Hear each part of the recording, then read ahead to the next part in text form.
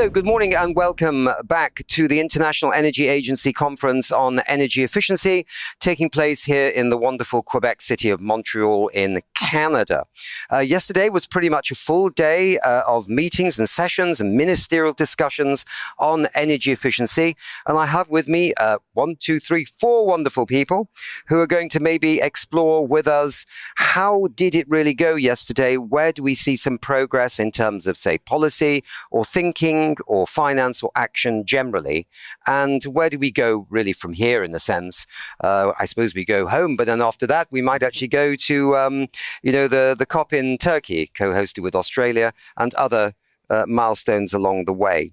I've got Jérôme Bilodeau. Pronounce that. Bildo, okay. Head of analysis at the energy efficiency at the International Energy Agency. I've got Mike Omika, Managing Director of the Energy Efficiency Movement Association. Julian Gentier. Is that okay? Yes, that's okay. Okay, thanks. Executive Vice President of Alpha Laval. And then I've got Ben Kopp, Director General, Office of Energy Efficiency, Natural Resources Canada. A hearty welcome to you. It's great to have somebody here from the host government. Okay, Jérôme, let's start with you.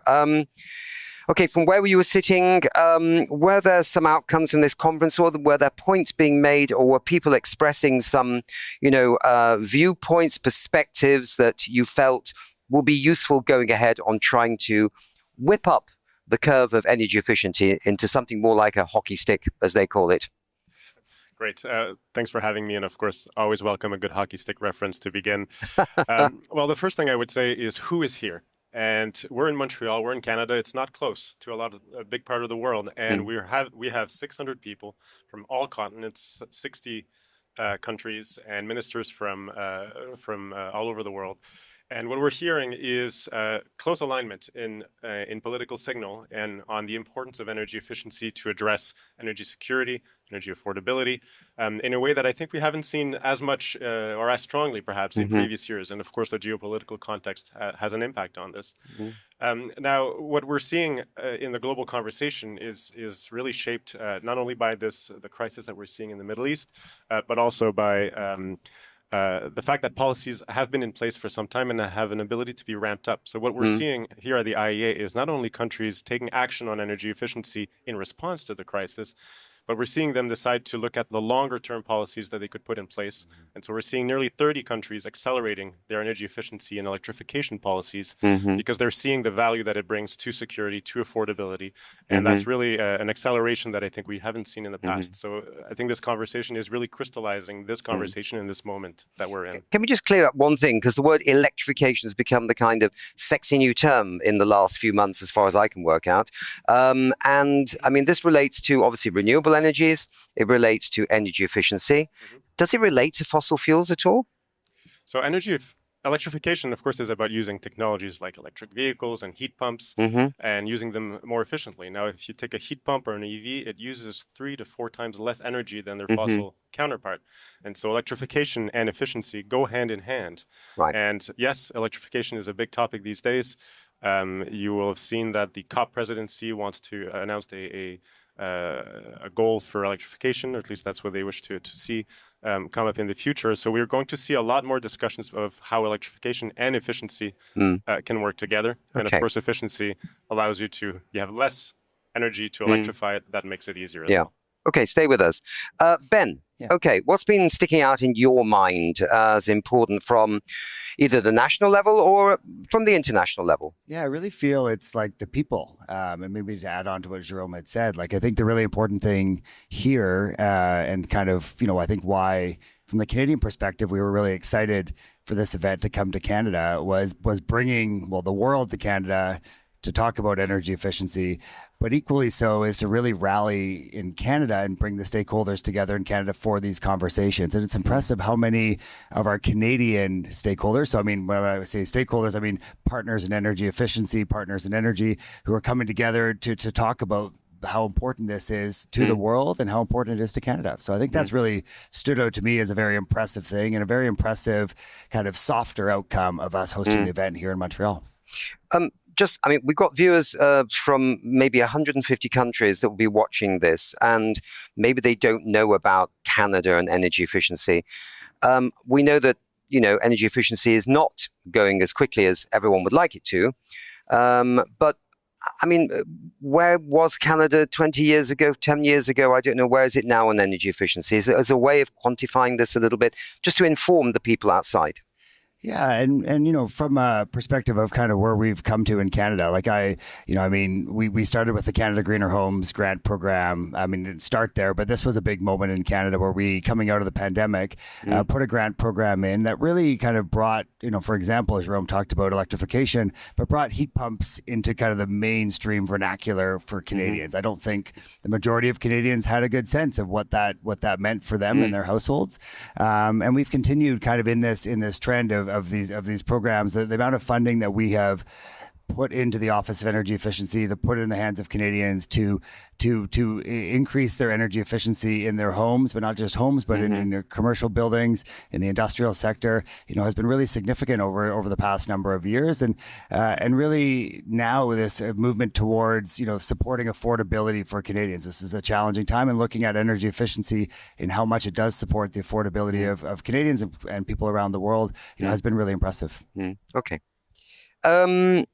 Julian, from an industry perspective, again, thinking about this conference, is it a bit different to last year? Some of us here, we were all together in Brussels, right? Yep. There was a lot of comments by the EU Commissioner on energy housing about how energy efficiency has got better, in part because of the Russian war against the Ukraine. Now we've had it's not been really a war, but a bit of a crisis, obviously, to put it mildly, in the Straits of Hormuz. It's a different atmosphere, but is there something about Brussels versus Montreal that is different? And can you put your finger on what it might be?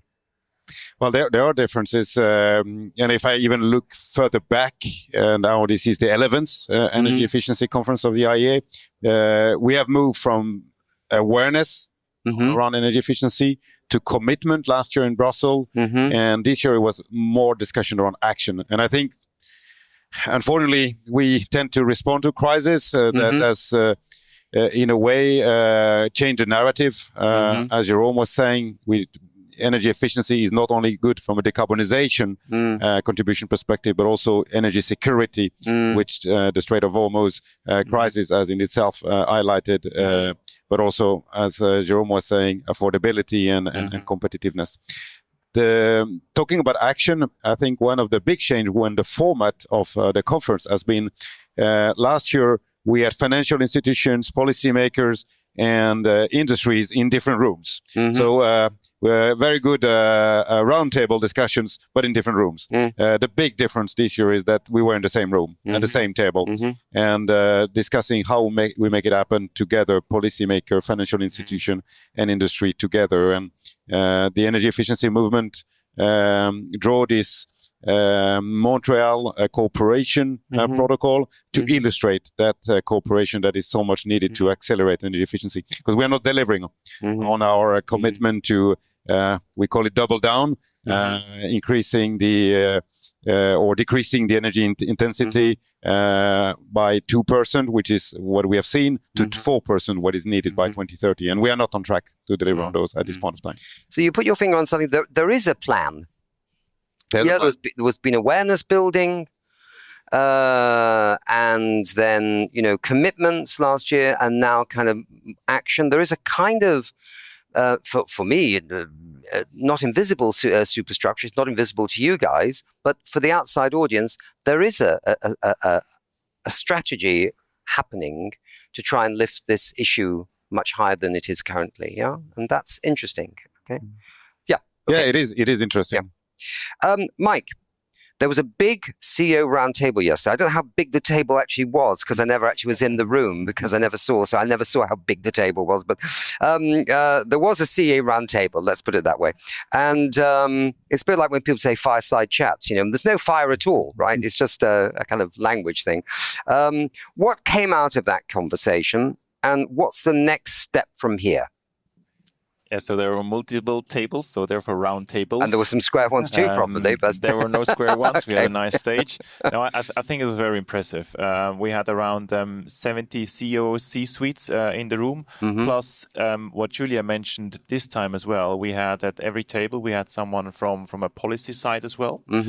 So there was a high interest as well to contribute and to listen in. And obviously, we also had the financial institutions in there. So the outcome was then the collaboration framework, the Montreal collaboration framework, as the history shows from the previous conferences. So we always acknowledge the city where it takes place. And we had really the honor to co-lead this together with Hydro-Quebec. And the focus was exactly about how can we bring these three circles together, companies, financial institutions and policymakers. And the policymaker side, the good thing is we kind of inherited quite a lot from last year's outcome because that was when the Brussels CEO 4-point action plan was an outcome. So key message on the policy side is really this kind of long-term investment stabilities, bringing energy efficiency up to the plate. And I think this is also what Jerome and Ben confirmed again. I mean, this is really becoming a key topic, especially in the context of electrification when energy efficiency is an enabler. The second is on the financial institution, make the project bankable to unlock the finance, because finance is there, but how do we make the projects also visible? That's when then the area of the companies come into place. So take the projects at the system level instead of just one single little asset improvements, bring it up, bundle them up and bring it at the system level so you can drive the implementation at scale. So it was a very nice intimate discussion and good participation and contribution to the discussion, and we are excited then to launch in the coming days and also the outcome. I was very intrigued. We Don't Have Time was the official global broadcaster for this meeting in Santa Marta in Colombia just 2 months ago. 2 months ago, is it now? Canada was there, of course. There were 57 countries all wanting to meet to discuss how to exit fossil fuels. And energy efficiency certainly came up. But there was an interesting glimpse in the finance session on how China did what it did between 2015 and 2025. The kind of plan that they had. And that was a lot about the finance, a lot about making sure there are green loans out there that are always lower than a normal loan. And that the local banks in different regions of China had to implement the plan. And if they didn't do that, then they would be fined, which is something you can't probably do so easily in Europe or Canada. But it was absolutely clear that it was the finance liberated this kind of green revolution with tech in China. And one feels we kind of could do the same thing in Europe and North America quite easily. It's not rocket science, to actually get this thing moving. Can you get the buy-in of the banks? That's the big factor. You had Deutsche Bank here, I know. Correct. Yeah. Anybody else from the banks? I mean, there are multiple. Citibank was there as well. Okay. But also many large corporates started to also have kind of their own financial structure, like Siemens as well. Okay. But others, they also have their collaboration in the meantime to really kind of help also to fund and to drive investments into the solutions, obviously, that they sell as well at the same time. Okay. Let's have a sort of round robin bunch of questions. So We've had public sector and private sector leaders in the same room for 2 days now. So you're seeing alignment between policies and between governments. Did you get alignment between governments? Because I imagine there might be some. I mean, Canada's rich in natural resources, as we know, but some countries don't have any. So can you align countries that are rich in natural resources with countries that, maybe need more energy efficiency right now to even function? All right. Well, yes, of course there's alignment. And that's one of the big things we're seeing. And there was a ministerial discussion yesterday that led to an outcome statement where you had dozens of countries around the world that have alignment and that agree on a lot and on the value of energy efficiency, as we mentioned, for affordability, for competitiveness, for security, but also on the importance of using energy efficiency to help vulnerable households and populations, to help SMEs, small and medium enterprises. So there is alignment, of course. Now, Now, each country has their own additional drivers for doing efficiency. Many wish to perhaps have less reliance on imports of fuels from other parts of the world. Others might want to reduce their domestic consumption so they can export more. There's always different drivers, but overall, I would say that there's broad alignment. Yes. Yeah, and maybe I would just add to that to say, and Mr. Hodgson said this yesterday, at a couple different moments, but the cheapest form of energy is energy that you don't use. And certainly Canada is a country that's very rich in its natural resources, but with a real focus on energy efficiency. And that, I think, is where the countries are really aligning. You commented on the financing side. Certainly that's an area, and why a conference like this is really important, because, there are certain countries that are further ahead in terms of bringing private capital into the energy efficiency space, and other countries that I think still need to learn from others. It's been clear through this conference, the last couple of days, that no longer is it a challenge on innovation. It is implementation, and that's where we need to continue to move forward. Because we interviewed Quebec, Hydro Quebec yesterday, and that was very interesting too, because you think, okay, it's hydroelectricity. They've got tons of it in Quebec, right? It's an unbelievably large company. It's actually a state company. That's interesting too. And now actually interconnectors down into Maine and New England and New York, selling electricity and power down there, and then bringing what might be wasted renewables back up the interconnector to Canada. This is fantastic. So it's a no-brainer, right? And then you say, so why would you be interested in energy efficiency? And they said, well, because we're probably really close to the limit of the amount of hydro we can exploit in an environmentally acceptable way in this region. So you need the energy efficiency because the demand is going through the roof everywhere in the world for more power, basically, right?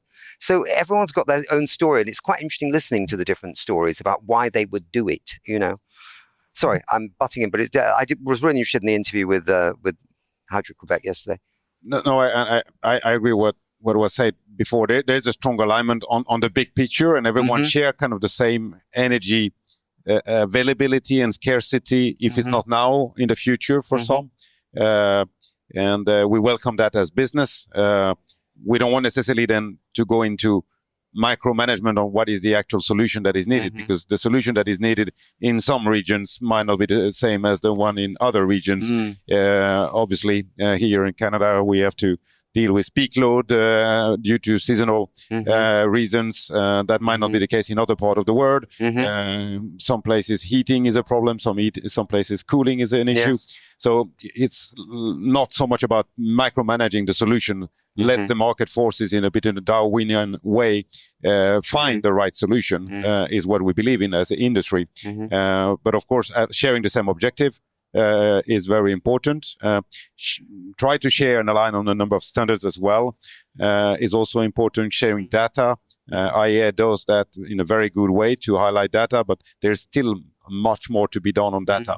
Data is important to benchmark, to see progress, but it's also important to unlock financing. Data tends to be one of the limitations. I know the energy efficiency movement did a study recently among 2,000 CEOs that has highlighted data availability as one of the roadblocks that we need to unlock. And we can take collectively decision among 600 decision makers here to do that in a better way. And maybe just to add, keep a high level of benchmark expectation. I think this is important because there was a clear outcome as well from the discussion yesterday. So it's very important, kind of like put the expectation high. The industries will reach and meet the solutions and will be innovative again also on that side. So I think this is really important, kind of giving there a high expectation as well. And there was this report that the International Energy Agency brought out on the 26th of June, I think it was, on the multiple benefits. And I looked at it first and I thought, okay, I think I know all this, And I started flipping through. It's not a long report, so you can read it over a cup of tea or a coffee. And thinking, I didn't know that. And I didn't know that. I didn't know that there are companies out there that say they want to have energy efficiency in their businesses or their factories, but then their finance people in these companies go, yeah, but the return's only this, or it's over this period of time. But when you put on the multiple benefits of energy efficiency, even health to workers, a less polluted environment to work in, you suddenly change the dynamics, right? That it's no longer $1 for a dollar or something, it's $10 benefit or per dollar or something like that. I can't remember the details exactly, but the return is much better when you factor in all the benefits you get from energy efficiency. And this needs to be maybe something the banks need to read this report, don't they? And understand it a bit better. Well, I sure hope so, of course. Yes, so we've spent a lot of time over the years at the IEA explaining or trying to showcase the multiple benefits of energy efficiency, and usually at a very high level. So here are the benefits for policymakers. So yes, it's good for climate, it's good for energy savings, it's good for health, it's good for competitiveness and the grid. But with this report, what we wanted to do was to showcase if I'm someone working inside a company and I need to make the case for energy efficiency. How do I do that? And of course, I save money, but also I can save maintenance costs. I can save resources like water and materials. I can save sick days for my employees by having a more comfortable thermal environment for them, and all those other benefits. And what we found in our research is that businesses make decisions for various factors. Yes, the payback time, the return is one, but strategic alignment with other goals of the organization is also critical. So if you frame your efficiency project not only as a return on investment, but also an alignment with these other goals, and we're highlighting some of them in this short report, it increases your chance of success as well. So it is seeing efficiency, of course, as something that has a multiple suite of benefits. Yes. What about last couple of things? You need energy. I mean, if you need a functioning, sustainable energy system, you need energy efficiency, you need renewables, you need a functioning grid, and you need some kind of storage, right? And then you've got all the elements you need to deliver the Paris Agreement, to deliver affordability, to deliver all the things you want. Is the grid important for energy efficiency? Did that come up here? Is the grid important? And is storage important? It obviously needs all. There was some discussion on obviously energy as also one of kind of the license to operate to a certain extent. But it needs everything. I mean, what we have seen in one of our recent report that Julia was mentioning is that already nowadays is more than a quarter of companies say, or a quarter is connected to operational expenses. So it is really important. And if we want to drive the electrification, electrify now, which is a campaign going along with the target of 35% in 2035. It is a factor that you have to consider in. So therefore, you can only drive the electrification if you consider the efficiency as an enabler, and that's also kind of where the double down and triple up has to go hand in hand. And the grid is one of the bottleneck, but obviously also at the same time also an enabler. No, I can agree. I think it's probably more that energy efficiency is enabling electrification than the opposite. And then here, from a grid perspective, energy efficiency is helping to shrink the problem because it will not make it disappear as a problem. It's a challenge. There's a ramp-up challenge in electrification that is enormous, that is required in terms of components. A lot of our companies, members of the energy efficiency movement and other industrial companies are investing a lot in capacity, but it doesn't seem to be enough. Today, lead times are very long, not least because there's also a surge in data center, which is one of the big elephant in the room we haven't been talking about yet, but that will come today. So the need for grid component is really booming, and energy efficiency is a way to shrink the problem. And you mentioned energy storage. Similarly, energy storage is a way to shrink the problem by handling peak loads, by handling, of course, the intermittency of some of the renewable power sources. So all of these are part of the same thing. But energy efficiency is still one of the best way to shrink that problem. Okay, so I think we're getting close to the end here, but just one last question. So looking ahead to the next 12 to 24 months, I don't know why it has to be that. We could look forward to next 36 months if we wanted to, but maybe we don't have time like the program says. What's a priority your organization is going to focus on to make sure this momentum actually leads to something good and tangible? Mike. So if I start, for us, it's really now that we turn the Montreal collaboration framework also into implementation, and that's kind of what we see also as part of our role to kind of translate this into implementable actions, and this is what we will work on over the next couple of months, and then obviously that we can in 12 months take also a bit stock and then to build on what we have been doing over the last 12 months next year at the same conference. Great. The IEA, there's two big categories of things that we do, the analysis and the convening. On the analysis side, you can expect very similar, a big focus on implementation, because it is really critical now to help countries and governments around the world implement the policies that we know will get us to that doubling target and achieve all the benefits that we mentioned earlier. And on convening, a quick note that affordability is a key topic for governments around the world, and we heard it in this conference. And so the IEA announced that we're convening an IEA ministerial advisory panel on electricity affordability. Canada has joined as well, and we'll be working on that in the coming year and producing more analysis and recommendations on how governments can use efficiency to help people with affordability matters. The next 12 months are critical.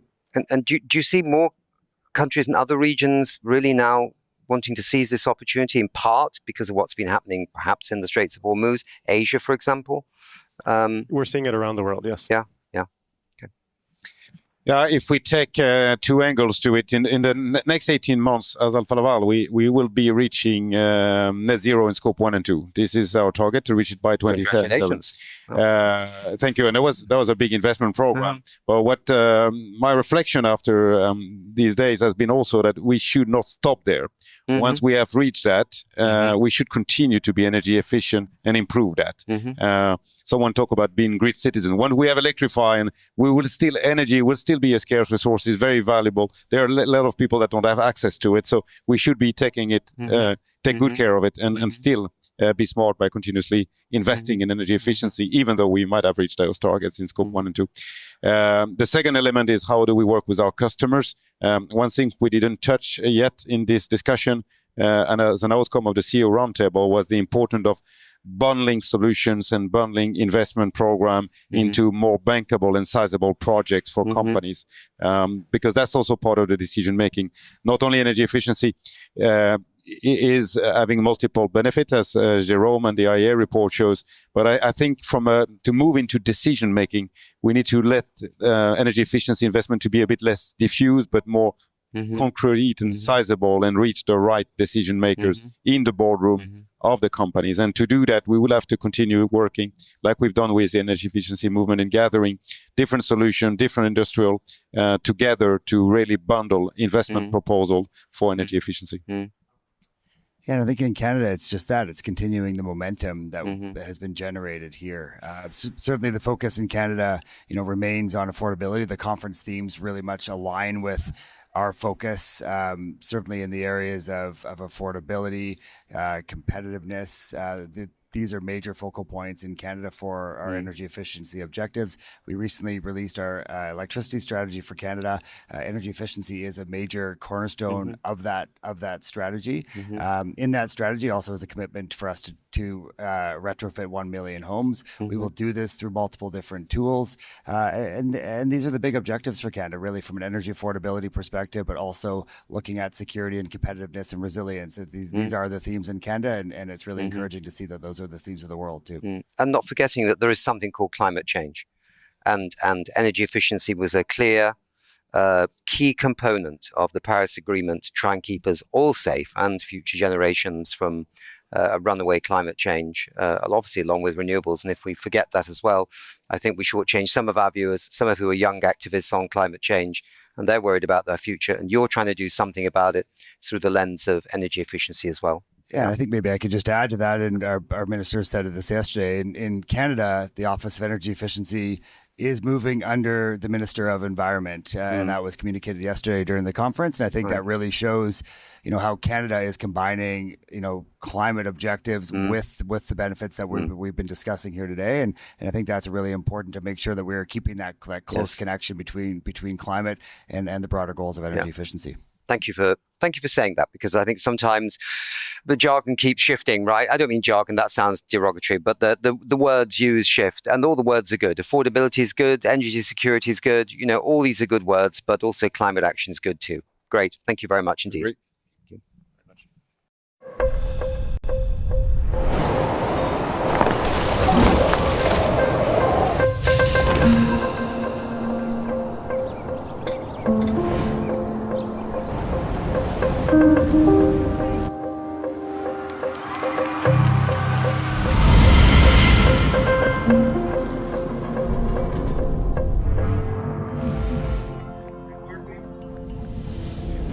So welcome back again to the International Energy Agency conference taking place here in Montreal, Canada, under the very important theme of energy efficiency. Right now, there's a 35 by 35 story, and it might sound like an SUV, but it's not at all. It's the COP31 presidency. That's the next country hosting the UN climate conference, Turkey with Australia. They've stated they want this target to meet 35% of final energy demand with electricity worldwide by the year 2035. Currently, that figure is about 20%. It's an ambitious target, but one that is crucial for dealing with the issues of our time and also meeting the goals of the Paris Climate Agreement. So how do we accelerate electrification? A big part of the answer is energy efficiency. And here to explore these topics, I'm joined by a panel of marvelous guests. I have with me Rosalinda van der Vlies, who's a director at the European Commission. A director in which department, Rosalinda? Because you're always moving around. Yeah, I love moving around, Nick. Yeah. But for the moment, I'm in the department that is dealing with the just transition, consumers, energy efficiency, and innovation, and digitalization and AI. Oh my God. But in short, we are the department that deals with the people-centered part of the energy transition and making the energy transition smart. Wow. Okay. So not a small job at all. Quite big. Yeah. Julien Genetier, how do I pronounce that? Because you looked at me before and I felt I'd done a really bad job. You did a wonderful job. Okay, Nick. you are very kind indeed. Executive Vice President of Alfa Laval, the very well-known energy efficiency company. And then we've got Renier Coppola, Deputy Director, Energy Markets for the Dutch Ministry for Climate Change and Green Growth. And we're very pleased to have you with us here today as well. I just have to say to the audience, we're here in the wake of a bit of a disaster for, the Netherlands, who lost in the World Cup. So I must say that Rosalinda and Renier are not really on top form today, but they're going to get on top form with this subject of energy efficiency because they cannot be down for too much longer. They have to rise up and embrace the issues of energy efficiency to solve all the world's problems. So sorry about the penalties, but that's the way it goes. Do you have a quick comment, Rosalinda? Thank you for your empathy, Nick. Yeah, empathy, yeah, okay. And we have somebody here from France who has more to look forward to than the Dutch. Now, Rosalinda, what policies will ensure the EU reaches 35% electricity by 2035? Thank you, Nick, for the question. And thank you for the invitation. It's always a pleasure to be here speaking about electrification. Before I answer your question, I think what really strikes me is that wherever I go, whomever I talk to, everybody is agreeing that electrification is super important. And a few weeks ago, we hosted also an international energy meeting with representatives from all over the world. And there was like huge consensus in the room, like electrification is really very, very important for the world. So I think that's really great. And in the European Union, we really want to prepare the ground to make sure that we can support electrification, make it affordable, also make sure that we will be avoiding certain problems, because of course we don't want electrification to lead to an increase of energy demand. We also don't want electrification to increase prices. So we need to do a smart electrification. Mm-hmm. And to get this, we are preparing an electrification action plan that we hope to publish in the coming weeks, where we will be really looking at, okay, what are the opportunities of the electrification, which are relatively clear, but also what are the barriers and what can we do as a public policy maker to address these barriers. And of course, it's very, very clear that electrification and energy efficiency need to go hand in hand. So, Julien, from the industrial technology side, what does efficiency first actually look like on the ground? What's the difference between doing it well and doing it badly? Well, if you take the example and on the theme of electrification, we know very well one of the technology that is a centerpiece of electrification of heating is heat pumps. And implementing heat pumps requires also to have good insulation in your house. So this is part of an overall strategy package that you need to implement when you drive electrification. We know that heat pumps are efficient when you have a well-insulated home. And most governments and policies are driving this comprehensive approach and systematic approach to the transition and electrification of heating in such a way. Why is it, in your view, do you think heat pumps have kind of struggled a little bit in some places? Is it there aren't people to install them? Is that a bit of a problem? Or is it because the actual support was not as big as it was needed to be for local people? Or I mean, there was even a case in the UK I heard recently where Labour MPs actually weren't sure heat pumps were very good for the environment or good for warming homes, right? And you wonder whether there's some disinformation going on from certain groups that wouldn't like us to make a big energy transition, you know, trying to sow seeds of doubt about some of these technologies. Well, I mean, and I'm sitting together with policymakers here. I think the policies have not been very well supporting heat pumps over the last 5 years. We went into a stop and go where there was a lot of very strong incentive, not super well targeted either. That has created a huge boom before 22 and a lot of investment of industrial companies in capacity. And then those subsidies were suddenly completely removed and we went to a complete collapse.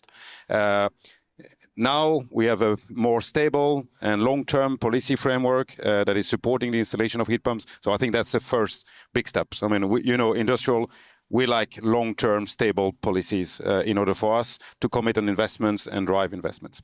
So those stop and goes are never good. I think there is also a little bit of a dilemma of looking at how gas and electricity are competing. And if I take a European perspective on it, I think we are here having a challenge. We say electricity should be cheaper than gas, and it means gas should also be more expensive from some aspect in terms of global warming, and of course it is.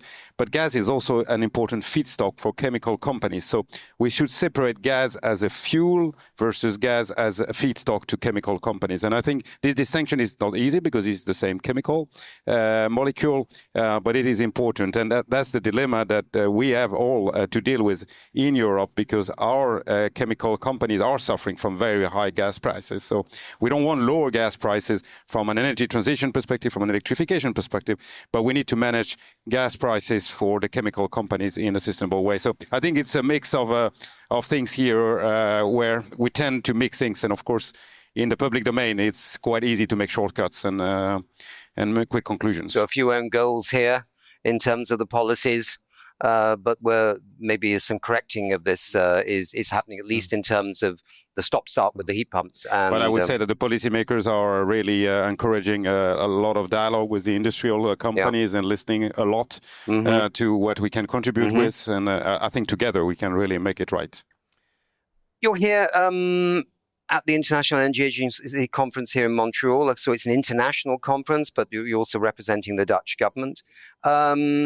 On the international level, was there anything you heard here that made your pulse race with excitement in the corridors of the IEA here in Montreal? Well, I think it's really good to see here that the efforts on energy efficiency are now so clear for everyone, that the rationale has been so much more clarified by what happened in the Strait of Hormuz in the recent months, that it's on top of the agenda. You don't really need to be defensive anymore about why energy efficiency would be a good idea. And so electrification also for the Dutch government is a cornerstone of our national program for energy transition towards a carbon-free energy system. And if you want to do this, you have to do this right. You have to scale up production of renewables. You have to expand the grid, which is really a struggle right now. I think maybe the bottleneck that we are facing right now for industry and for households. And thirdly, we need to transition the technologies that we use for heating the homes, for our mobility, switching from fuel to EVs, and also in the industry to electrify the industrial processes. So I agree with the words that Rosalind used. Electrification needs to be smart and it needs to be efficient. So that's the challenge that we are facing right now. And thanks again for your empathy on the Dutch team. Yeah, absolutely. Maybe we should congratulate the Moroccans as well. Exactly, and maybe you can sympathise with me after Wednesday when England get kicked out by the Democratic Republic of Congo, probably on penalties, 5-0 against England. Just getting back on this issue with the grid, though, I find this absolutely fascinating because it was 4 or 5 years ago when we all learned that it's taking like 12 years in maybe parts of Europe to get an interconnector to a wind farm or something like that. And it was, and in the UK, it was even longer. I think it was 15 years. In America, it was sort of 12 or 15. It was absolutely like, how did that happen? How did that slip by without people spotting that if you're going to pile on the renewables and if you're not going to scale the energy efficiency as much as you need to, that you're going to run into a big bottleneck with the grid, right? Do you know? I mean, well, I think what was driving us at the time was low net tariffs. So we wanted to be as competitive as possible. Energy prices obviously are a very heavy factor in the competitiveness of industry. So if you are investing in grid expansion, you want it to be, efficient. You want it to be cost effective. And I think looking ahead 10 years from, let's say, 2015, it would have been much better if the RSOs and the TSO would have invested much more. So we wouldn't have been in this trouble right now. But I think the rationale at that time was on competitiveness and not so much on looking forward to what the transition needed. Did you hear in the corridors much? I mean, one of the things you mentioned, the Straits of Hormuz, and we've mentioned it several times on the show in the last two days. And of course, before that was the Russian and continuing Russian attack on the Ukraine, which for the Dan Jurgensen was, as the commissioner, was obviously a big point in the EU revving up its actions on energy efficiency and on renewables. Did you get a sense of that other parts of the world? Because, I mean, in Europe, we don't have the cars queuing up down the street and around the corner like we did in the 1970s when the Saudi Arabia pumped up the price of oil, right? And everything was very risky. We don't have that because we are better at what we do, even if we're not perfect, with energy efficiency and renewables, right? But Asia was the one that really seemed to be hurt by what happened in the Straits of Hormuz. I don't know if there are many Asian people here at this conference, but I suspect that this is going to be important for the whole story on a global level, pulling this energy efficiency targets up to a higher level of action, right? Do you suspect that? Well, yeah, the global south is really a concern. And here there is opportunity and there's hope for the global south in the way that they can jump some technology steps that we have been taking in Europe.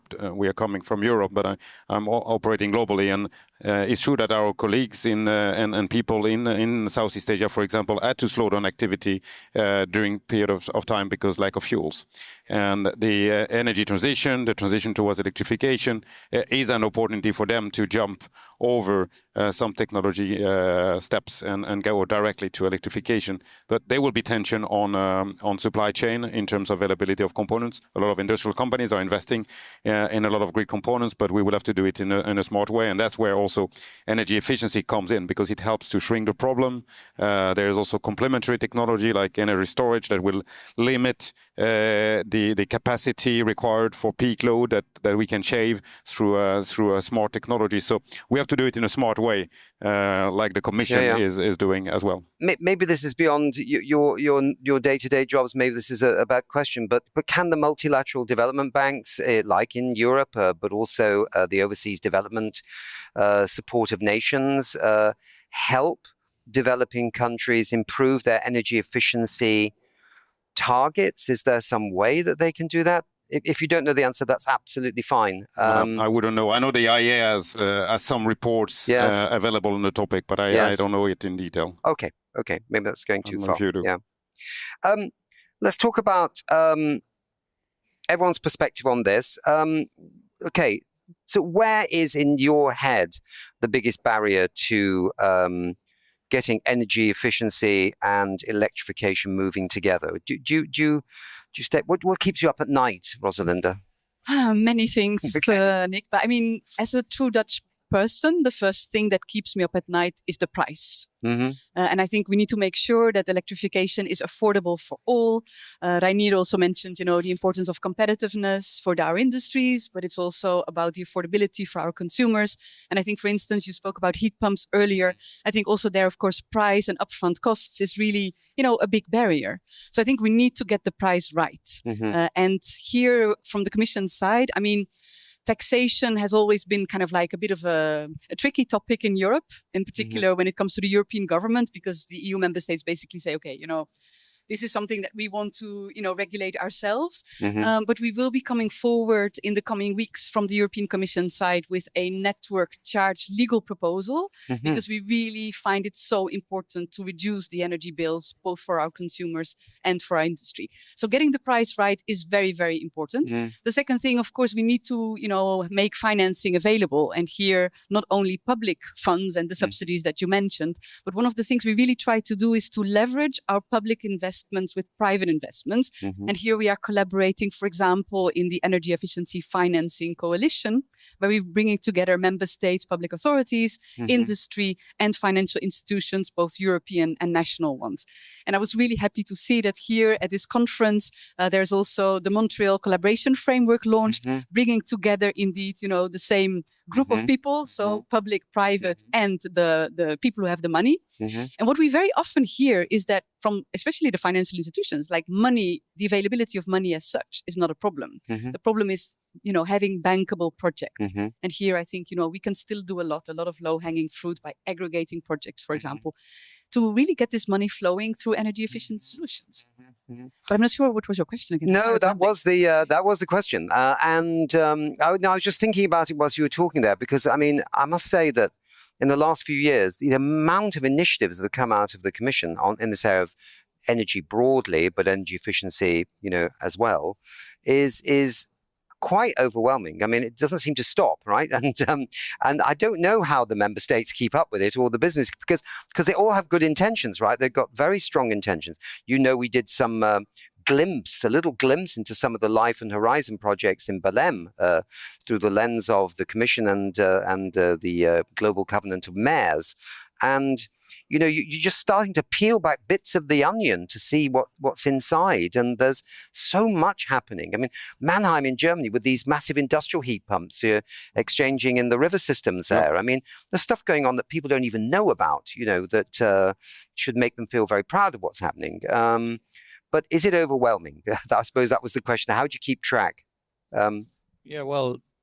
It's sometimes is overwhelming, but we need this. I think the thing that we have heard also yesterday from businesses, we need stable, long-term policies. So government needs to deliver on this. I think so. I think the point that Rosalind mentioned about financing is important, but the other point of course is legislation.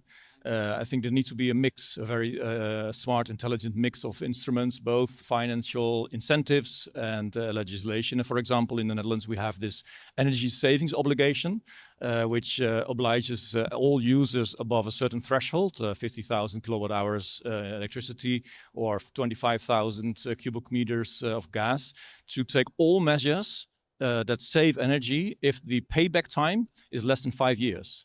Actually, we are increasing this to 7 years next year. And somehow this is the stick that probably needs to be in place also to get things in motion. Because yesterday the commissioner said, it's a riddle to me why, the arguments for energy saving are all there. It saves you money. It saves you system costs. It's good for public health. It's good for everything, basically, and still we don't do it. So we figured in the Netherlands that this law that we have, the energy saving obligations, it has been in place actually for for a few decades, but it hasn't been enforced so much. And we are started to enforce it like a couple of years ago. And I feel this is an example that, we hope will bring us to a more efficient energy system. And do you like the Dutch stick, if I can put it that way? Well, I mean, Nick, we can't blame politicians for trying to do too much, right? Because if they don't do anything, we will complain. And I mean, I think there's a lot of things coming, but they go all in the same direction with a fairly high level of consistency. What in business we tend not to like is when it starts to go too detailed into being solution specific. It's important to be a bit solution agnostic, bring overall umbrella, drive efficiency, drive electrification, set high ambitious goal, and then let the market forces and the Darwinian kind of approach of finding what is the best solution with the right market forces. We will find the right solution, and we'll have to trust. Then there are things that are also on the governmental levels. When you talk grid scale level, when you talk about large production being, for example, nuclear, then the government needs to step in, typically, given those projects, the risk associated with those projects. So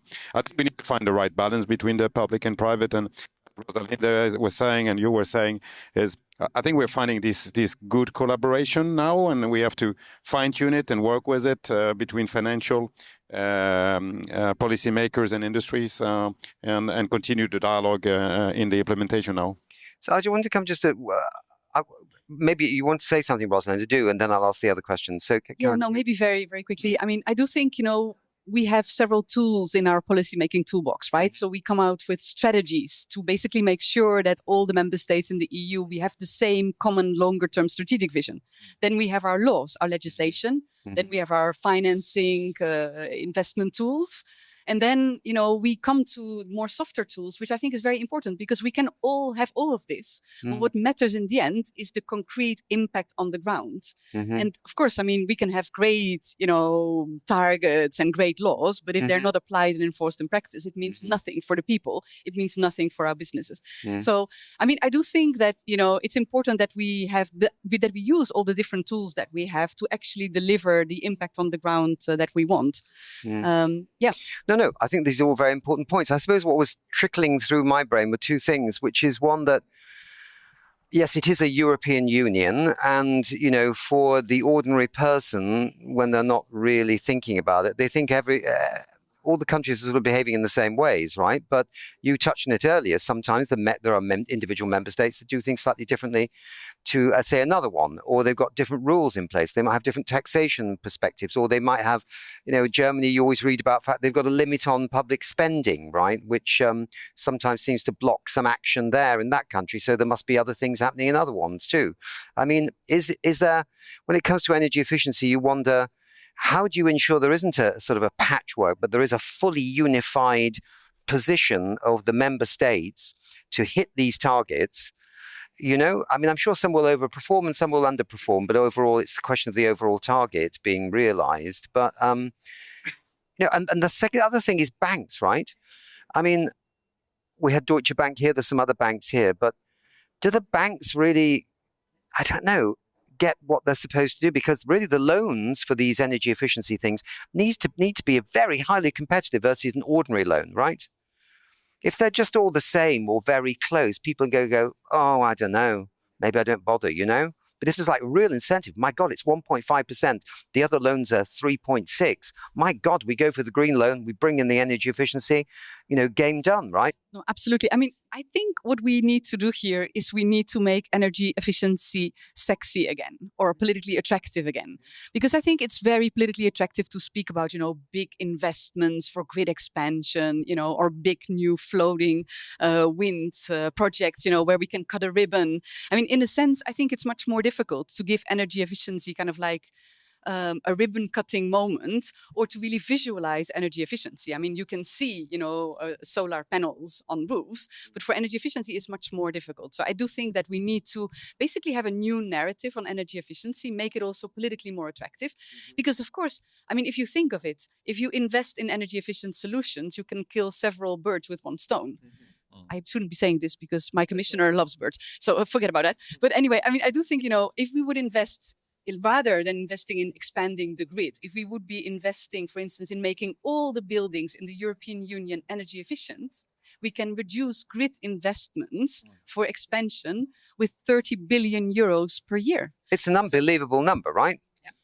And it's like, why don't we do these things? I mean, I'm sorry, but I was just looking at a graph earlier of solar, right? Which goes from 1954, flat, flat, flat, flat, flat.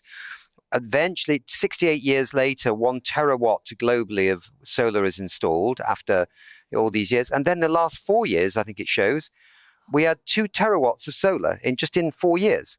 So 50, 60 years to get to 1 terawatt in the world, 4 years to get to 3.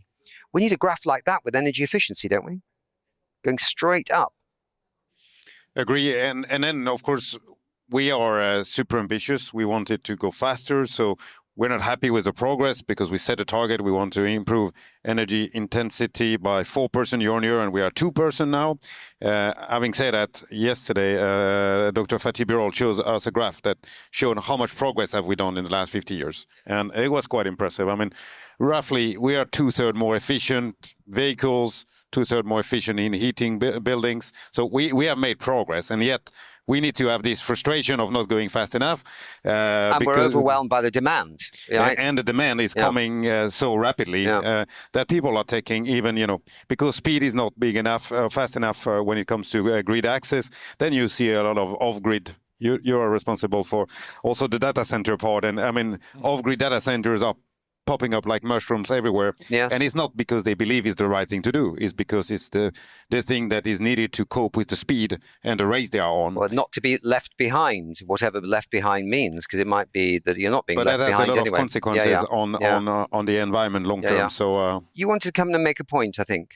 Well, you're just adding. Microphone right up to your mouth. Adding to the challenge that we face. I think grid expansion is needed. It's necessary. At the same time, it's also a very there's a business logic now for companies who apply for grid access and actually don't get grid access, but they get a very low place on the queue, right? So they have to wait for several years, and then they start thinking, okay, what can we do with our current, space on the grid? They start thinking about making the processes more efficient. So then all of a sudden it becomes a matter of survival or of let's say implementing their business investments for the future to apply energy saving technologies. I suppose that's also the experience that companies like yours are seeing when you go to customers, that they just want to move on, but they don't get a grid access. They're not going to wait. What do you do with the surplus renewable energy that you generate in the Netherlands? Where does it go? Well, so far we are still building on the production. If the surplus will be there, one of the strategies that we were looking into was electrolyzing, but the business case for that is so for hydrogen. But the business case for that is not too good yet. So another option would be power to heat, obviously. But we're not in the situation right now. But it will be there in the future. Because I'm getting to the storage thing again, and batteries, of course. Yeah. Well, yeah. So the battery's great, 40% down, I think, in the last few years in terms of costs, and that's really amazing. Then they do the short-term storage, and then you've got the more longer-term, long duration, which is 8 hours, 12 hours, blah blah blah.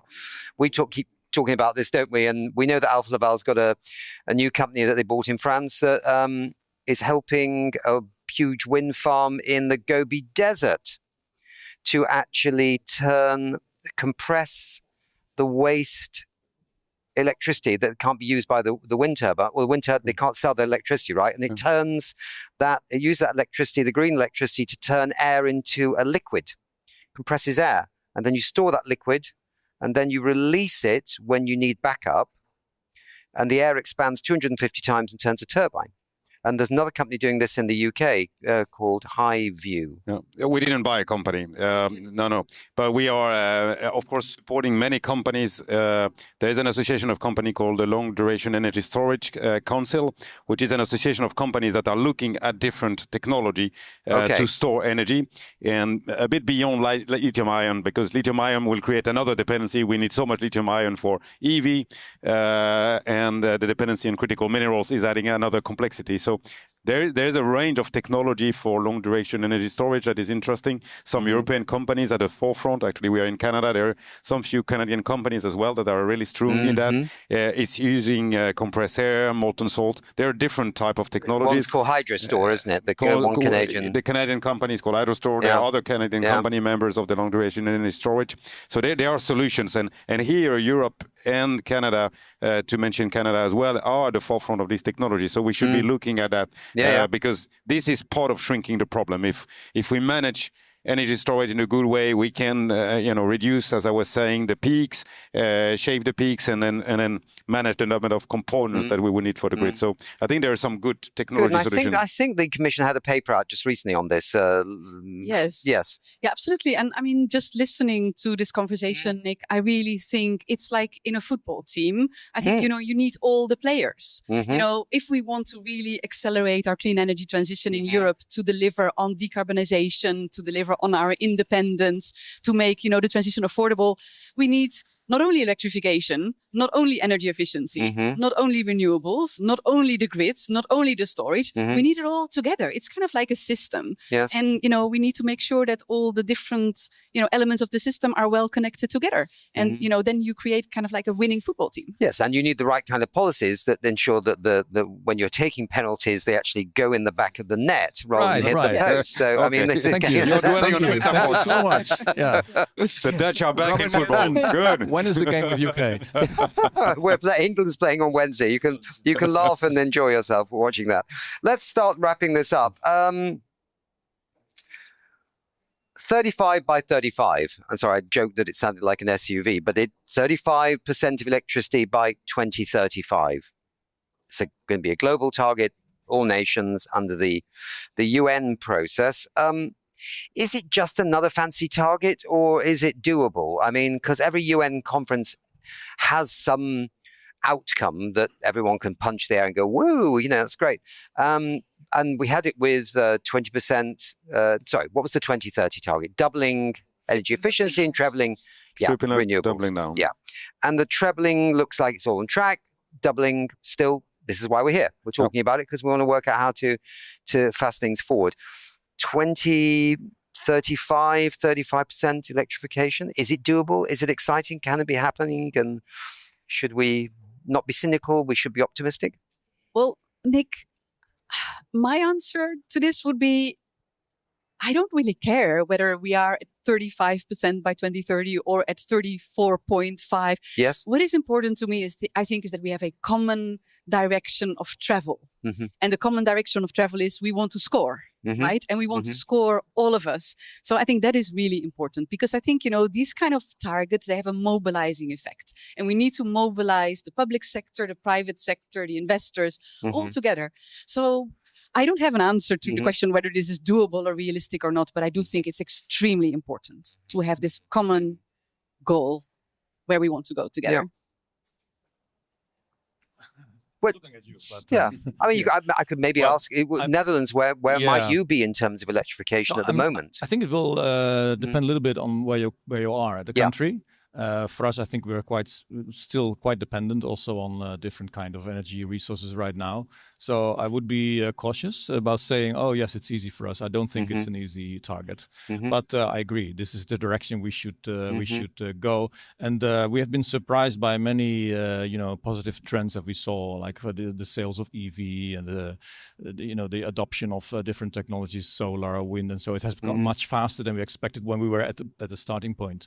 So we should just aim high, I think. Otherwise, shoot for the stars, and then you come at some very good point. Yes. Yeah, I agree. It will depend from country to country. Of course, as long as we reach it or close to it directionally, is the right one. We should not forget energy efficiency. No. It will only be doable if we do it in an energy efficient way. I think that is clear, and the IEA has clear report to show that electrification at this magnitude will only be possible if we do that in an efficient way. Otherwise, industries are investing in massive capacity to support that electrification, both from heat pumps, EVs. So there's a lot of investment ongoing to support that. And if a country trebled their energy efficiency, but only doubled their renewables, that would be a good achievement as well, wouldn't it? We could celebrate that. So that, you could do it both ways, right? Okay, there may be different ways of doing it. I'm just trying to talk about being optimistic about the energy efficiency side, very much so. Yes. Okay, we're going to have to wrap this up right now. Thank you very much for being with us on We Don't Have Time TV. It's a very interesting topic, and I think we're all looking forward to seeing what happens at the next UN Climate Conference in Turkey, with Australia also as a host. Not forgetting that Australia's done some amazing things recently with solar and heat pumps and some amazing achievements there. For the viewers out there, I promise that next time we will refer less to football. Maybe we'll have some tennis relevances in our conversation, or maybe rugby. Who knows? We can do other sports as well. Cycling. Okay, Renier wants cycling, so we'll have cycling next time. Good. Thank you very much indeed for being with us. Bye.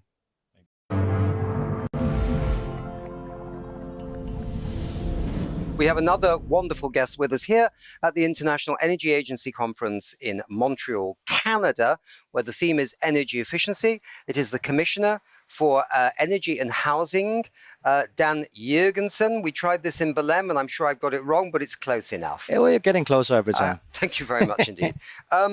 So what has been your message to this conference about energy efficiency and what we can do? Yeah, so energy efficiency needs to be our first fuel. So yes, we are in a process of replacing fossil fuel with renewables. That is important. But actually, it's easier, it's cheaper, and it's a lot of low-hanging fruits if we simply start being more energy efficient. So we save energy. The greenest energy, the cheapest energy, that's the energy not used. So why as a world, why as a European Union, within that world, are we still not somehow seeing this wonderful prize that's right in front of our faces? I think one of the reasons is pretty banal, really. It's the fact that it's easy to talk about huge projects like offshore wind farms or big hydro or solar panel farms. But small things like a thermostat in a home, or replacing your gas broiler with a heat pump, stuff like that, it's not so tangible, especially not when we're talking a large-scale transition.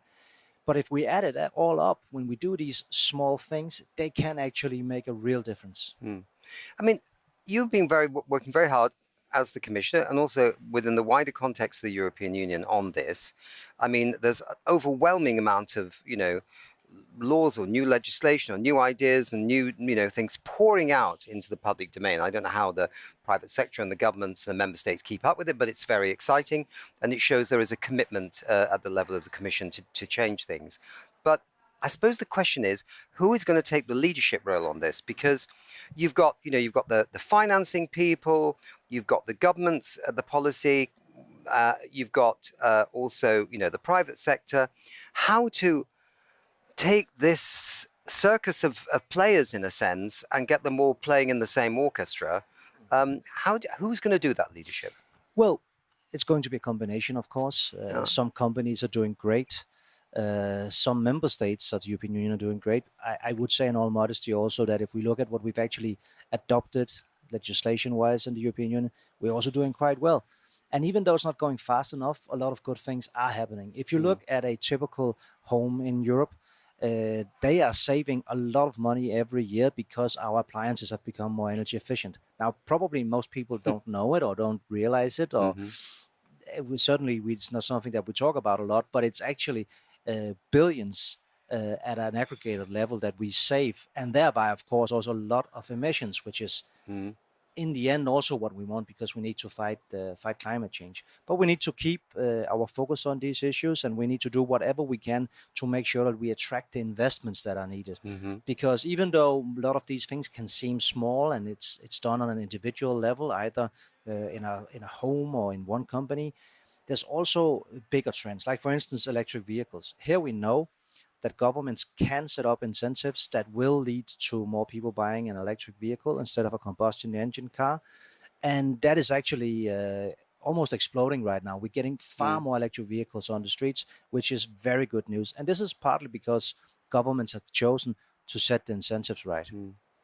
So, I mean, when we talked in Belém at the last UN climate conference in Brazil, you mentioned with great passion, I think, about the impact of the Russian war and aggression on the Ukraine and how that had led to some serious thinking and serious action in the EU on energy and getting off the Russian gas.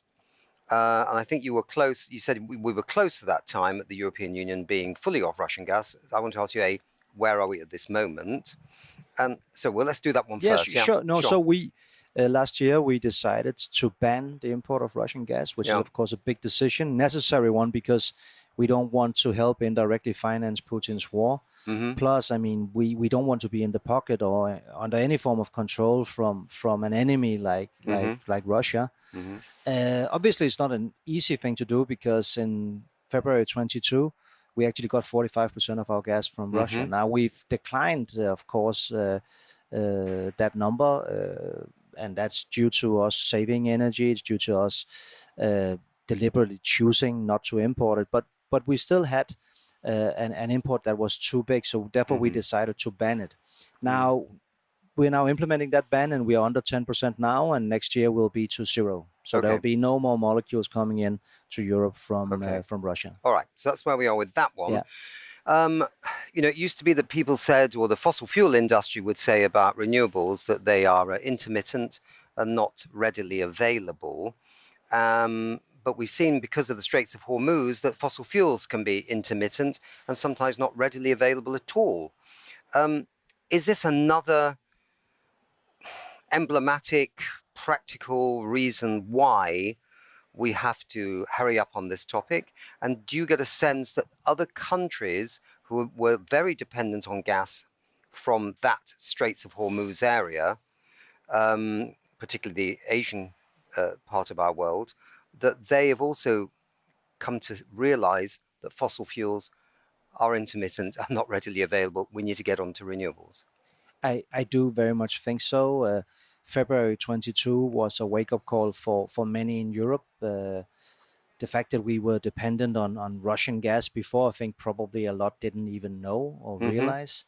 But then when the full-scale invasion happened in Ukraine, and all of a sudden we were dependent of an enemy, people saw just how unfortunate that was. And that also made, of course, the prices go up significantly, and we had a crisis also of high energy prices. Now, that has led us to do a lot of things different in Europe. I think now this crisis that we're in is different, but it's also global. So in many senses, it's worse. And I think that some or a lot of nations around the planet that were not affected by the crisis in 22 are affected by this one. So I would have rather that we were not in it, obviously, but now that we are, I think there will come some good out of it. I think that the fact that homegrown renewable energy in at least 70% of the countries on this planet will be a good idea, because they are, I would say it's a good idea for everybody, but for 70%, it's also a fact that they are net importer of fossil energy. So if you're a net importer, it really goes without saying that instead of buying something and using it and then buying something new again, probably it's better to grow your own clean, cheap energy. Let's just quickly look finally at yet another COP, this time in Turkey with the Australians. Still trying to work out what the relationship fully is between these two countries. But anyway, the Australians are involved too.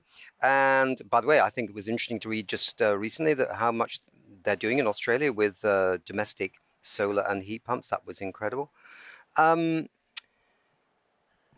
At the last COP, some countries at Belém said, like they did in COP28 in Dubai, we need to get off fossil fuels. We need to exit fossil fuels. You know, we have now had this conference in Santa Marta in Colombia. We were there, as We Don't Have Time. We were the official international broadcaster. And it was a very positive atmosphere. They didn't have to negotiate anything. They all want to somehow get the plan that can take them off fossil fuels. Do you think this is going to be an issue? I mean, in other words, a positive issue at the next COP? So, yeah, I think your colleague, the climate commissioner, was there. So I think for sure that the next COP will continue to focus on how can we phase out fossils, and on the other hand, it's also clear that some countries disagree with that, and especially the United States of America has a different opinion on this, and that of course complicates things. But then there are also other agendas where it's probably easier to find a momentum. I would say electrification would be one of them. And we from the European Commission side are working very hard on putting focus on the fact that we need to electrify our economies.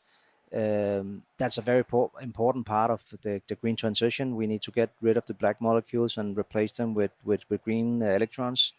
And by the way, electrification will almost always entail energy efficiency also, because it's simply more efficient way of using energy. I just want to come back on this one last point, though. France brought with them to Santa Marta a exit strategy for France of fossil fuels with a clear timetable.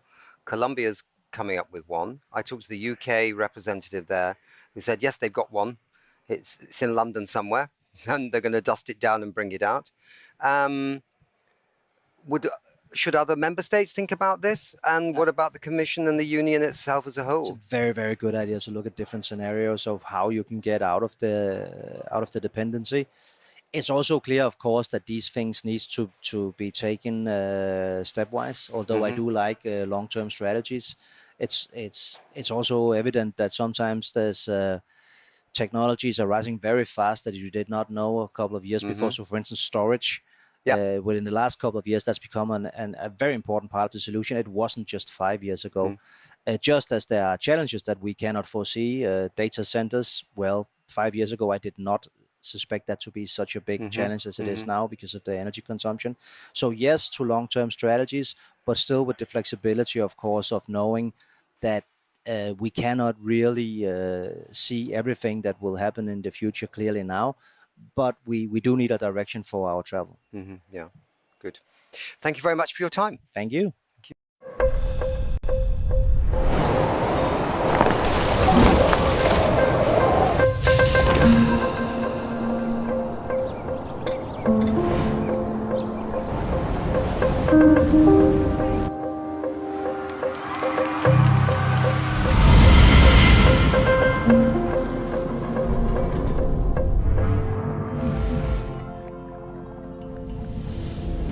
Hi, I'm Nick Nuttall with We Don't Have Time. Hi, I'm Mike Umiker from the Energy Efficiency Movement, and we are here to talk about the Energy Efficiency Action Track. So some of us were in London last week, and we launched this conversation. And today in Montreal at the International Energy Agency's Energy Efficiency Conference in Canada, we're picking this right back up again. Same mission, new voices. Because here's where we left things. We don't have time to waste, but we do have the solution sitting on the shelves. So the question remains, how do we scale them up? That's absolutely right, Nick. And it's really about the energy efficiency is the fastest, lowest hanging fruit to drive competitiveness, energy resilience, but also to enable the electrification that we have now as a new target and goal. So the challenge is really making it tangible and visible. And I'm really glad that We Don't Have Time has picked this topic and this challenge up as well. So, Mike, why don't you remind us all, where are we at this moment in the energy efficiency landscape? So we have just released recently a report where we have seen that 98% of the companies are either intending or already investing into energy efficiency. However, 43 still repeat and say cost is the biggest barrier. So the ambition is there, but we have an implementation gap. So this gap between ambition and action is what we're going to talk about today. And we've got some great people to chat to about this from all kinds of different angles. That's exactly right. And let's dive into it. Let's do it. So, hello, everyone. Some wonderful guests here at the International Energy Agency. We've got Cecilia Agape, Head of Commercial Excellence at AFRAI. And we've got Joe Van Horen, who's Business Unit President at Alfa Laval. Welcome both. And we've also, of course, got Mike Umica, of the Managing Director of the Energy Efficient Movement Association, and Mario Giordano, Global Head of Public and Government Affairs at Signify. Okay. And I'm going to go to you, Cecilia, first, because what is your company working on? I know you work across energy systems. You're advising clients who are trying to make this real. But from where you sit, what is the single biggest thing standing between a company's energy efficiency ambition and it actually happening? I think one thing is actually how to do it. So they might have, an ambition, but it's hard to know exactly how to do it. And that is actually where we can help from our side, because we have a lot of experience from different industrial companies, energy companies, and so forth. So I think the how is quite hard. Are you working mainly with the large corporations or with the SMEs? Mainly with the large, but we also work with the smaller ones, but mainly with the large. Okay. So even large companies, it's a real challenge. It's a mindset. It's like a mindset. Breaking into a new universe. So they're a bit worried what's on the other side. Yeah, and I think it has to do a lot to also with, getting the business drivers of that company to really come together with energy efficiency. They might want to do it, but is it actually? Now I'm going to be a little bit harsh. What's most important to them right now? Can I give an example? Yes, is that okay? Yeah. So we had a really exciting project together with Fortum, the energy producer, and Microsoft, who made a data center outside of Helsinki. In that case, for the data center, it was really important to be fast. So as you know, a lot of data centers are popping up, and one of the most important things for them is to really be the first ones on place, to be fast. So in this case, Microsoft also wanted to be green. So that was really in our advantage. But the other thing was that Fortum was there, and we had the district heating network. We had almost everything in place, which made it possible to be fast in putting the data center up, but also using the waste heat in the district heating system. So I think sort of the stars aligned here, which made it much, much easier, because their business drivers and energy efficiency came together. Good. So let's pause on that moment and stay with us. That's a good point. Joe, Alfa Laval's on the technology side of this. You're building equipment that delivers efficiency gains. What does it look like when a company gets this right? And what's different when they get it wrong? I think the difference is enormous when they get it right or wrong. Indeed, we are more than 100 years working with energy efficiency across the industries, both industries, but also buildings. And basically, when you get it right, you can make an enormous savings on your bottom line and increase your bottom line, basically. Annually, we supply more than 50 gigawatt additional heat recovery in the market. So that is an enormous amount of savings. So a lot of customers get it right because they have understood what it can bring to them. And the example of Cecilia, for instance, for the data centers, that's also where our technology comes in to make this connection between the data center and the district heating network working.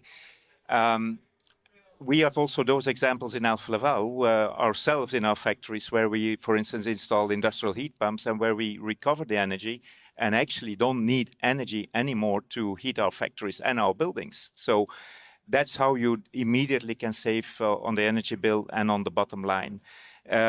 When you get it wrong, obviously, is when you neglect this and you haven't seen this big opportunity. So in that sense, it is important that companies are aware of this saving opportunity, especially now that energy costs are definitely increasing. At more than 23% of a typical production cost is the energy. So energy is important and is costly. And are there actually companies in, let's say, Europe that don't install energy efficiency? Or do you know what I'm saying? I mean, are there people that just then never think about it? Or is it that they once installed it, but they think it'll be like forever and they don't think about upgrading it? What's going on? I mean, there must be people, most companies must be aware of energy saving in some shape or form, yes? Yeah. Energy saving, light bulbs being one that's quite logical and intuitive and we know about. But there must be many that don't really exploit the full potential of what could be done, right? Yeah. No, it is, of course. There is so many opportunities, and that's obvious that opportunities are endless. But it's not always people are aware where to find the energy savings, and that's also why it is important that actually the data are available and that you connect the equipment and understand what is driving your energy bill. And once you have understood what drives your energy bill, you have also a way to improve it. Yeah. So it's not like the old days where you were like almost a wizard coming in trying to divine what was needed. No. Yeah. Now you've got the data, you've got the software. The transparency. Yeah. Okay. Stay with us, Jay. So Mario, we often talk about the cost savings associated with energy efficiency, but there's a lot more benefits besides. We talked a little bit about that actually one-to-one, but let's just make that point again. What can you tell us about this less intuitive but equally important argument for energy efficiency? And it's very much in that IEA report that we discussed that was launched on the 26th of June about multiple benefits. Yeah. Yeah, I really agree with what had been said by the IEA. There are multiple benefits in energy efficiency. Of course, the first benefit is the one which is more immediate, as you said, like changing a light bulb is something that we have done in our life, in our homes, in all the businesses. I would say is one of the first measures that we take, and then we immediately save energy, and we can use this energy, this electricity in this case, which can be free up and released for other uses. In this way, we can release a little bit the grid. We can reduce even the cost of the grid itself. But there are, on top of these, other benefits that in the lighting industry we are used to call the beyond illumination. Those benefits are, for example, in road and street lighting, you might reduce the frequency of accidents. You can increase the safety, perceived and real safety on the streets. That's it's a real fact that you walk down the streets and there is more light, you feel more safe. Also, camera can work better, of course, because they can shape better, they can recognize better. And then there are others, like, for example, the productivity in industry, better quality, on the details in schools, in general, in the educational environment, you can read faster, you can reduce errors, or in the retail, of course, you can increase also the productivity in the retail space. I mean, everywhere we have seen the energy efficiency and lighting as being properly designed, we have seen an increase of the productivity, an increase of the quality of the activity done in that environment. Mike, you've also been close to the data on all this for some time. What's the one shift you'd most like to see in how companies approach energy efficiency based on what you've been hearing here and now? So beside obviously the data point in terms of what I have mentioned already in one of the new courses, the 98%, where we see the shift and the willingness to either intend or invest into energy efficiency is clearly the system level approach. And I think that's really something that you can hear from a financial sector. So how can they easily unlock funding so that you not come up with an asset improvement project, but you really come at the system level. And then the second is what we also see from a data perspective, that 60% do more focusing on energy audits, but also in terms of digitalization. The trick here is now on how do you drive with these data also your cost down or your competitiveness or support the resilience, and the electrification transition is really that you do something out with the data. So it doesn't help if you just collect, but you have to act on the data. And I think this is really, really crucial what we see also moving forward. Obviously, financing has been a big thing here, and I was quite struck last year in Belém at the UN Climate Conference, where we hosted actually the Commissioner, Jurgensen, the Energy and Housing Commissioner, and also someone from the European Investment Bank. And Bertrand Piccard, the famous Swiss explorer and the famous solar impulse plane that went around the world. I think he's going in a hydrogen plane soon, isn't he, around the world. And talking about energy efficiency as a service. Is that taking off? Are people starting to see that that's one way of getting energy efficiency into their businesses without the full risk of, in a sense, paying for it? Do you notice this in Alfa Laval, your Afrai, Mike, and obviously Mario? I know you know about it because you're doing some of it. But for you, people who'd like to pick this up? Yeah, I can. We definitely start to see it. Energy efficiency as a service is of course an interesting concept. It allows companies not to make the upfront capex, which often is the bottleneck. Their costs, the cost, but at the same time, of course, it makes the business case like a no-brainer if we can unlock the financial capabilities through an energy efficiency as a service. What we do see, though, is that sometimes it's still complex but who owns those savings and how much of those savings do I get? And many of the discussions goes then more in those directions. So it's finding a win-win situation often in order to get it going. It's a door that's kind of opening, yes? It's and some people are walking through and seeing the benefits, Absolutely. We see the same, but I think in our case, we're we're on the early stages, to be honest. We work quite a lot with energy audits as well, and we have the possibility to do it as a service. But so far, actually, the clients have not jumped on the train so much. But I was really happy to hear the discussions about this today, because I think it is a win-win if you do it right. But I think there needs to be a lot of trust. I think with the European Investment Bank and this the Solar Impulse Foundation and what they're doing, that the financial services supporting this, I think they've only just really come together. Is that correct, Mario? I think it's exactly what they're doing, and I'll say from my perspective, I see this happening in Europe, but also in other regions, definitely. So the Commission is working on that. Bertrand, of course, has been the initiator together with the European Investment Bank, and we see that one very specifically for SMEs, because in some cases you need to de-risk a little bit. So I think that the contribution of the public funding or the European Investment Bank in this case is to support the de-risking mechanism. While in other cases, we have experienced some direct engagement with customers and what we call the light as a service, which is the energy as a service applied to the lighting.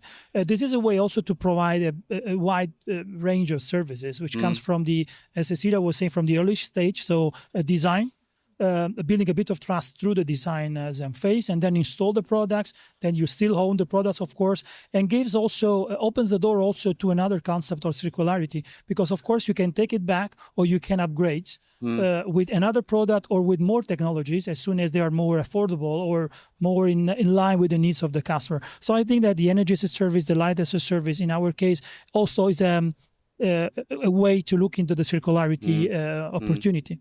Mike? I would actually like to bring in a bit a different angle as well. So quite often data is one of the critical assets. And I think nowadays also with having AI and so on, and you are able to measure the impact as well. I have big hopes that this also will make it a bit easier, because the model is a bit kind of to be good to be true. But still we are not really taking off. And what we see on one hand, large corporates, so they have on one hand, usually they are cash healthy. So for them, it's not so relevant and important. But what we see as well at the same time, that the large corporates start to look into as well, how can they help their clients through different models. We had Siemens today also on a panel hearing about their financial services, either being it on their own projects that they fund, but also obviously then indirectly on the customer side, or others as well, where they really search for partners and collaborations. How can they help to unlock the fund? And I think these hybrid models will help, hopefully, to really get easier access and obviously scale energy efficiency implementation. And could it be that in some well-developed economies, you've got a lot of a quite mature banking sector that they can maybe do the job, but in some more developing countries, they might need a trusted financial partner that could be somebody like Siemens Finance. Yes. So what we have been talking yesterday during the CEO roundtable is which will be then the outcome is the Montreal Collaboration Framework. This is really where we brought up financing institutions at the same level, obviously, as we have the companies and also the policy side. So I think it's really important. But on the other hand, the struggle is a bit. What we see is that you have to bring it again at the system level. So it must be interesting as well for companies to do then these investments. And it's not just at the little small asset level. And I think we are getting there. And obviously maybe regulations could help as well. So that there are like qualifications for different ESCO companies, models and types. And I think this will help as well to drive the acceleration. Let's pivot then towards, we're getting towards the end of the show a little bit here, but now we're looking at this 35 by 35 target of the next UN Climate Conference presidency, which is Turkey, working with Australia. And this is, to see basically a 35% electrification worldwide by 2035. What's your take on this? I mean, has within it an initiative to cut energy intensity in the building sector by 25%. I have no idea what energy intensity in the building sector is right now. But anyway, what's your view on this? Anybody want to start first? Is it a good move? Do we welcome it? Let me break the ice. I think it's definitely yes, because it's buildings are everywhere in the world. There is a huge potential. I would say from the lighting perspective, definitely we have assessed this. Lighting represents globally approximately 9% of the electricity consumption. So let's imagine that for a second that we can upgrade all these light points in the buildings all around the world through audits, through energy as a service, through installers. I mean, in different way, we can immediately release electricity, which can be used for the electrification of this. Because of course, in order to electrify, you need also to reduce a bit the demand from other appliances. And so we really welcome this, and we think that buildings are really the heart of the electrification because they can be more flexible and be included into the grid ecosystem, and maybe tomorrow become a bit of a battery or become give a bit of flexibility to the system itself. So the lighting will work, connecting also lighting with the building management system. You can also make sure that the buildings is more flexible and more connected to the entire grid. Joe? Yeah, I fully agree. I think we very much welcome such targets because electricity targets, electrification targets, and energy efficiency really goes hand in hand. We really need to save all the energy which we can before we electrify. Also in the industries, there is so much to do. This is really the way to lower the electricity demand, to make it affordable. And also at the same time, when we electrify, we make the energy available, we make it secure, and we also can make it clean. So it really goes all hand in hand, very much. So it's not electrification or energy efficiency. It is really electrification and energy efficiency goes together. Cecilia? Yeah, I very much agree with what you said. And I also think we should think of where to use our electric sources. So some like the industry might need electricity. When it comes to housing, you might, as I said before, you might use heat instead, so that you use the electricity where it's needed, and make sure that you have smart ways for peak shaving as well.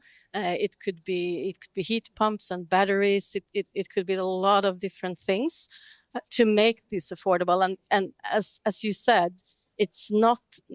You need both. You need to think of where to use your energy, do it efficiently, and so forth. So lots of things, and also when you build and rebuild to of course, the lights are very important, but it's also other things. It's like the materials you use, insulation. There's a lot of things to make buildings more energy efficient.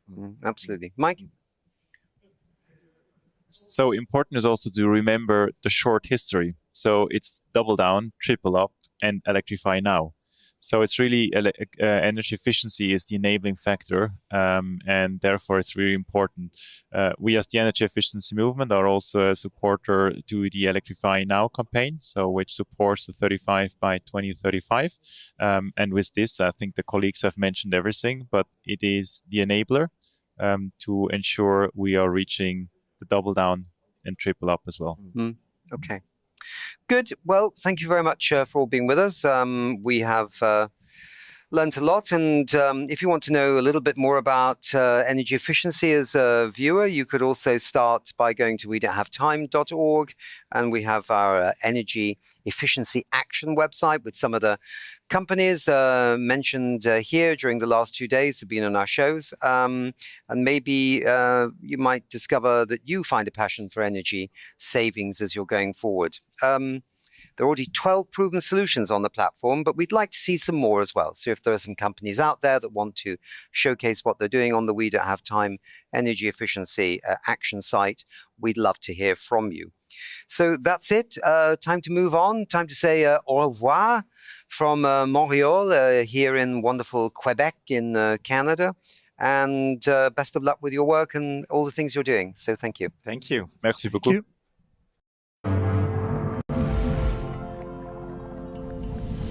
So we're here at the International Energy Agency conference in Montreal, Canada, where, of course, the topic here is energy efficiency. And we have another lovely guest with us. We have Mario Giordano, who is Global Head of Public and Government Affairs at Signify.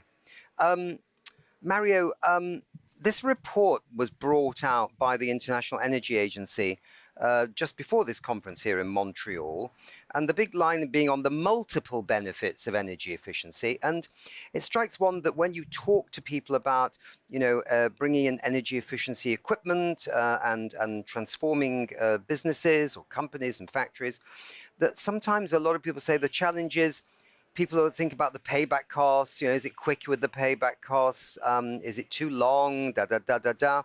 And also that often the full benefits of installing the energy efficiency equipment is actually not perceived by the potential purchaser of that equipment. And it can be significant, right? Operational improvements, health and welfare benefiting improvements for employees, less wear and tear of equipment, and so on and so forth. What's your thinking about this? Are we underselling the full benefits of energy efficiency in some cases? Thanks, Nick. So I really think that there is no better way to frame it, multiple benefits for energy efficiency, because of course the first thing that comes to your mind when you think about energy efficiency is energy saving. That's probably the most important, or the first thing that comes to your mind, because of course you have an impact on your energy bill if you're a consumer, or your energy consumption, of course, if you're a corporate or public administration. But also you have another benefit, which can be considered a side benefit, that you are reducing electricity consumption, but you are giving back this electricity for other purposes. So you can free up electricity for the electrification, maybe the 35 by 35 objective, which has been just defined. But the multiple benefit can go beyond. In our business, in our sector, what we say beyond the illumination. In road and street lighting, for example, we have observed that an improved quality of lighting, and when I say improved quality of lighting, means better distribution of lighting, the color temperature, but also the quantity of light. There are standards for that, of course, but the way you design also the lighting infrastructure can reduce, for example, crime or road accidents. There are many studies, and it's a double-digit number. So you can decrease crime between 10 and 30%. It depends by the area and of course the application, and severe accidents up to 30%. So big numbers, I would say. And this is in the indoor space, for example. But then also we have what we have learned by designing supermarkets, for example. In a supermarket, when you are, you go through the supermarket, you need two level of lighting. The lighting on the floor, which is guiding through the supermarket, and the lighting on what we say on the vertical, so on the shelf, to make sure that all the products are equally visible to the consumer. And imagine that this benefit can be transferred into the healthcare facilities. We have seen studies that say that nurses spend more than 1/3 of their time in finding items, stuff on the shelf. Imagine that they can spend less time in finding those products on the shelf and spend more time in what really matters in the healthcare facilities. The same is applicable for schools. There is a study saying that the good quality lighting, and then of course we can question about what is good quality of lighting, but there are also standards for that. So uniformity of lighting, less flickering, controls of lighting based on the task that you are supposed to do can increase the speed speed reading, and also can also reduce the errors, of course.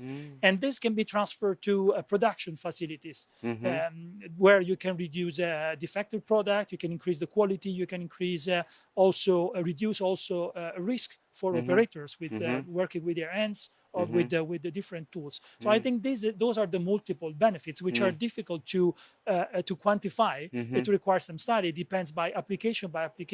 But we have observed, and we have plenty of data for this. We have observed that since the introduction of the LED, the fact that LED is more precise, it's more controllable. So putting together with sensor can generate data, and through this data we can definitely define what is the positive impact of the right level of lighting. Very interesting.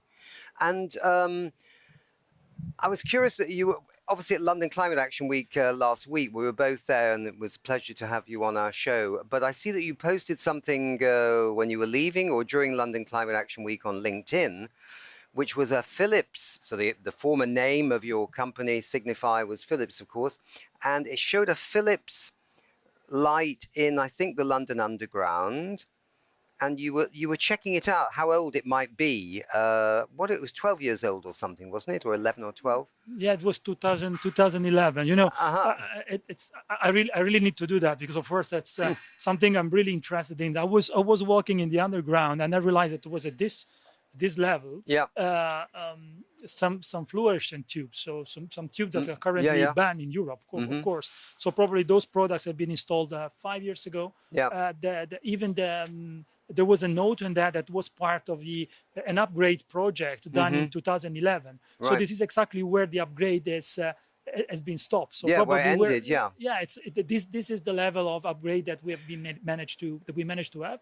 But since then, the technology went really, really fast. So there are more savings that we can guarantee we can offer to the underground and to any other built environment. So I mean, what you're doing in a sense is putting your finger on the fact that there's a lot of, in your sector, lighting sector, a lot of inefficient lighting systems and even bulbs that date back to a previous era, right? And if those were upgraded, you could get some very large energy efficiency wins, presumably.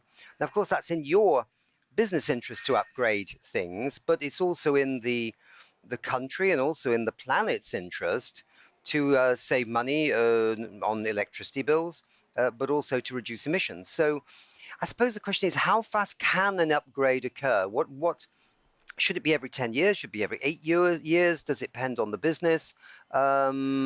Is there a kind of notional idea? What's the message to business out there?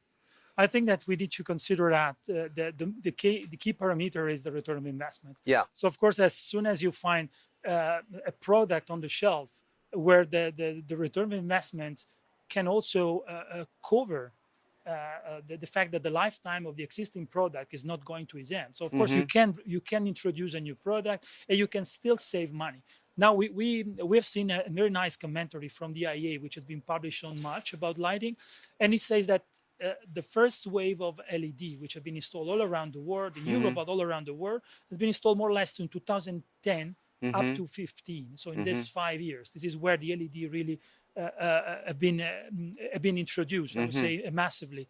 Now this is going to this is going to the end of the first wave of their lifetime, which is approximately 10 to 15 years. So there is now an opportunity to replace even the existing LED. So we currently estimate that globally in the professional environment, 40% of the light spots are still conventional. Like in this location which we are today, in the main room, most of the lighting are lighting tubes.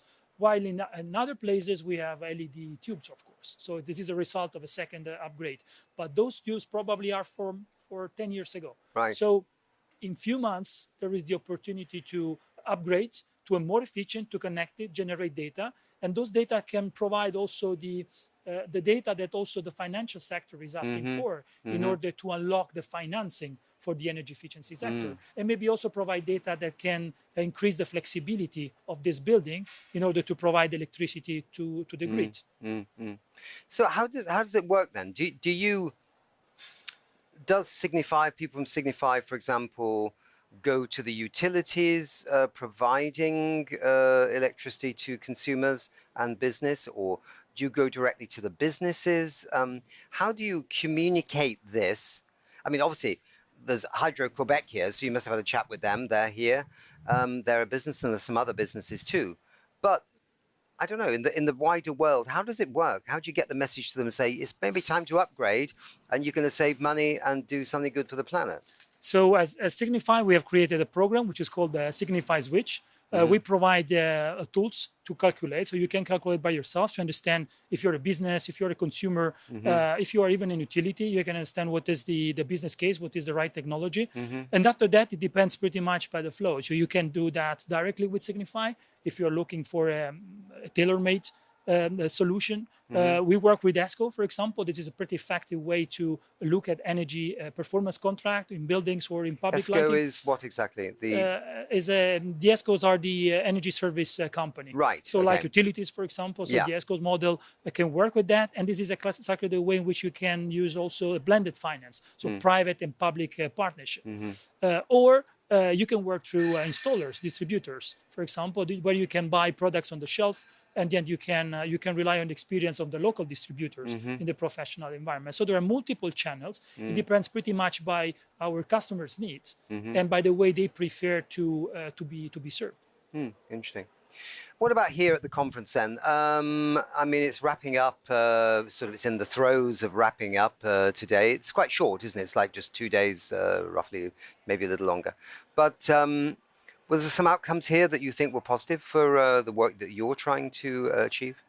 So I think there are, in my view, there are two main outcomes. The first is that I've seen the government of Canada pretty determined in supporting energy efficiency, and in a country in which like 98% of the energy comes from renewable, this cannot be taken for granted, I would say. So it's very good to see also their ambition in supporting energy efficiency and hosting also the conference. The second, and this is probably the one that has a global impact, is that the IEA has been tasked by the COP31 presidency, so the Turkish presidency, to create a report on the role of energy efficiency in buildings. So I think this is something that will determine probably the opportunity for energy efficiency to go back, to be re-included in the COP agenda, which was not the case in the past. So to go back after the work that has been done in COP28, where we had double the rate of energy efficiency, the work that has been done by the European Commission during the previous conference by Jorgensen and his team in the energy efficiency stimulus and commitment. And I think this is something probably we will talk about in a few months in Antalya in Turkey. Okay, good. So you're reasonably happy that there is some recognition because I was talking to some other colleagues who maybe of yours from the energy efficiency movement, and they said that there actually is a kind of strategy. There was 1 year, it was just a few years ago, it was about building awareness. Then it was about,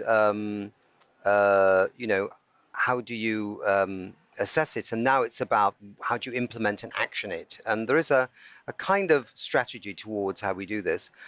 We clearly need to move. I mean, because that doubling, I mean, is there a notional number, how far we've got towards that doubling by 2030? Is there a... Yes, of course. Then we have definitely a parameter. But in my view, the right way to look at that is that the double the rate and triple the renewable, so energy efficiency of renewable should go hand in hand. So we should consider this as a one system, I would say, where renewable energy efficiency, electrification are part of the same ecosystem. So this is what I'm really encouraging all the countries and all the stakeholders to look at these three elements as connected, strongly interconnected, because it's difficult to think about reaching one objective if we don't reach the others. Right. So we know we're behind on this doubling, but we can, if we want to, presumably, if we really want to, worldwide, really step things up, get close to that doubling, if not the doubling itself, by 2030 in the next 4 years. We could do a lot to get down that track. I think the business case is there. The technologies are available. We have plenty of data to prove that works. So it's just a matter, as the other colleagues say, to put that into action. Yes, and the planet Earth and its people is demanding that we take action on cleaning up our energy and making it more efficient and making it, greener, because they want to hand on a functioning planet to the next generation. Yeah. That's it. Well said. Thank you.